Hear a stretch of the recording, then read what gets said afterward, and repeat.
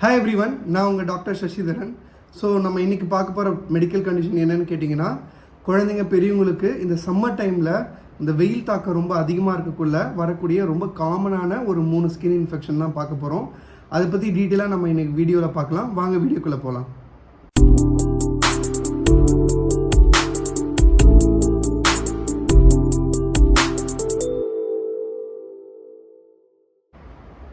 So first நம்ம பார்க்க போகிற ரொம்ப காமனான ஸ்கின் இன்ஃபெக்ஷன், அதுவும் இந்த சம்மர் டைமில் வெயிலோட தாக்கம் அதிகமாக இருக்கக்குள்ளே வரக்கூடிய இன்ஃபெக்ஷன் என்னன்னு கேட்டிங்கன்னா மெலேரியான்னு மெடிக்கல் கண்டிஷனில் சொல்லுவோம்.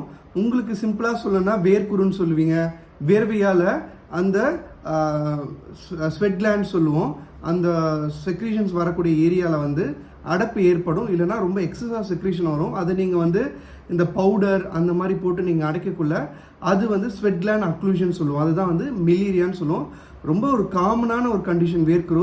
நிறைய பேர் இந்த ஸ்கின்ல இந்த மாதிரி ஒரு ஃபைண்டிங்கோட இருப்பீங்க. டாக்டர்கிட்ட கூப்பிட்டு போய் காமிப்பீங்க, சார் இந்த சம்மர் டைமில் தான் இது ரொம்ப காமனாக வருது என் பையனுக்கு, நாங்கள் என்ன பண்ணலாம், இந்த விளம்பரத்தெல்லாம் காமிக்கிறாங்களே, இந்த வேர்க்குரு இப்போ பாய் சொல்லுங்கள் அப்படின்னு சொல்லிட்டு அந்த மாதிரிலாம் எதாவது நம்ம பவுட்ரு போட்டால் சரியாயிடுமா அப்படின்னு கேட்டிங்கன்னா, நிறைய டைம் கேட்டிங்கன்னா இது பேசிக்காக ஒரு ஸ்வெட் கிளாண்ட் சொல்லுவோம். ஸோ அந்த மாதிரி ஒரு கிளாண்ட்லேருந்து வர செக்ரீஷன் நீரை ஏதோ ஒரு விதத்தில் வெயிலோட தாக்கம் அதிகமாக இருக்குள்ள, அதிகமாக ஸ்வெட் வரக்குள்ள நீங்கள் எக்ஸ்டர்னலாக வெளியிலேருந்து பவுடர் அந்த மாதிரி விஷயங்களை அப்ளை பண்ணக்குள்ள அந்த ஸ்வெட் கிளாண்டில் ஏற்படுற அடப்பு தான் மெலேரியான்னு சொல்லுவோம். ஸோ மெஜாரிட்டி டைம் இந்த மெலேரியா நீங்கள் வேர்வை அந்த வெளியில் வர்றது அடப்படாமல் இருக்குது, லைக் பவுடர் ரொம்ப அதிகமாக அப்ளை பண்ணாமலையோ இல்லைனா ரொம்ப ஈரமான துணி போடாமல் இருந்தாலே நார்மலான அதில் சரியாகிடும். அது மட்டும் இல்லாமல் அதிகமான காத்தோட்டம், ஓகேங்களா.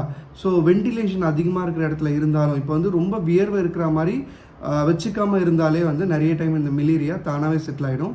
அதேமாரி ரொம்ப அதிகமாக இருக்குன்னா, ரொம்ப எரிச்சல் அதிகமாக இருக்குன்னா மென்தால் அந்த மாதிரி எதாவது நாங்கள் ட்ரை பண்ணி பார்க்கலாம். இல்லைனா ஆலோவேரா பேஸ்டு இல்லைனா கேலமைன் லோஷன் இது மட்டும் அப்ளை பண்ணாலே இந்த மெலேரியா சரியாகிடும், ஓகேங்களா.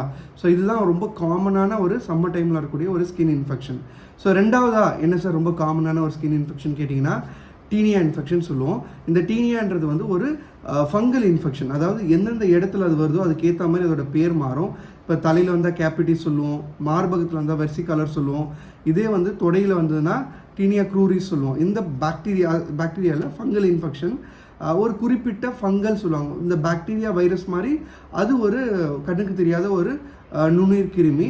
அது எங்கெல்லாம் வேர்வை அதிகமாக சேருதோ, அதாவது ஆக்சிலரி அந்த மாதிரி அக்கல், தொடை, கழுத்து அந்த மாதிரி முக்கியமான ரீஜனில் வேர்வை அதிகமாக தங்கக்குள்ள அந்த ரீஜன்லாம் இந்த டீனியா இன்ஃபெக்ஷன் ரொம்ப காமனாக வரக்கூடிய ஒரு ரீசனாக இருக்கும். அதுக்கும் மேஜரான ரீசன் என்னன்னா அதிகமான வேர்வை தங்குறது தான் காரணம்.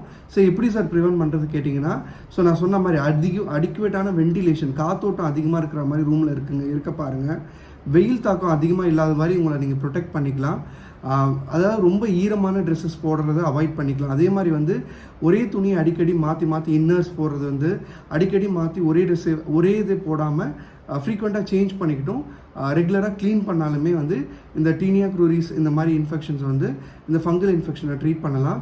மீறியும் ரொம்ப சிவியராக இங்கே இருக்க மாதிரி இருந்ததுன்னா நீங்கள் உங்கள் டாக்டரை பார்த்து ஒரு டாப்பிக்கல் ஆன்டி ஃபங்கல் க்ரீம் சொல்லுவாங்க, அதை நீங்கள் அப்ளை பண்ணலாம். இல்லைனா சில மாத்திரைகளும் எடுக்கிற மாதிரி இருக்கும் ஒரு குறிப்பிட்ட டியூரேஷனுக்கு, ஏன்னா இது ஒரு ஃபங்கல் இன்ஃபெக்ஷன்ன்றதுனால. ஸோ டீனியா பற்றி உங்களுக்கு புரிஞ்சிருக்குன்னு நினைக்கிறேன். ஸோ மூணாவதாக ரொம்ப காமனான ஒரு ஸ்கின் இன்ஃபெக்ஷன் இந்த சம்மர் டைமில் வரக்கூடிய இன்ஃபெக்ஷன் என்னென்னு கேட்டிங்கன்னா பாலிமார்ஃபஸ் லைட் எரப்ஷன் சொல்லுவோம். அதாவது வெயில் டேரெக்டாக ஸ்கின்ல படக்குள்ள சில பேருக்கு அது ஒவ்வாமையாகும். அந்த ஏரியாவில் அந்த வெயிலோட தாக்கம் அதிகமாக இருக்கிறதுனால, அந்த யூவி ரேஸ் அதிகமாக இருக்கிறதுனால அந்த குறிப்பிட்ட ஏரியாவில் மட்டும் இந்த மாதிரி ரேஷஸ் வரும். ஸோ அதை எப்படி அவாய்ட் பண்ணுறது கேட்டிங்கன்னா, முடிஞ்ச அளவுக்கு நீங்கள் வெயிலில் ஒரு ஹாட்டான சன் டைம், அதாவது 11 to 3 PM அந்த மாதிரி 11 AM 3 PM அந்த மாதிரி வெளியில் போகல முடிஞ்ச அளவுக்கு SPF 30 உள்ள சன்ஸ்க்ரீன் போட்டுக்கிறது உங்களுக்கு இந்த பாலிமார்ஃபஸ், அதாவது பாலிமார்ஃபஸ் ஸ்கின் எரப்ஷன்லேருந்து உங்கள் ஸ்கின்னை பாதுகாக்கக்கூடிய ஒரு பெட்டர் ஆப்ஷனாக இருக்கும்.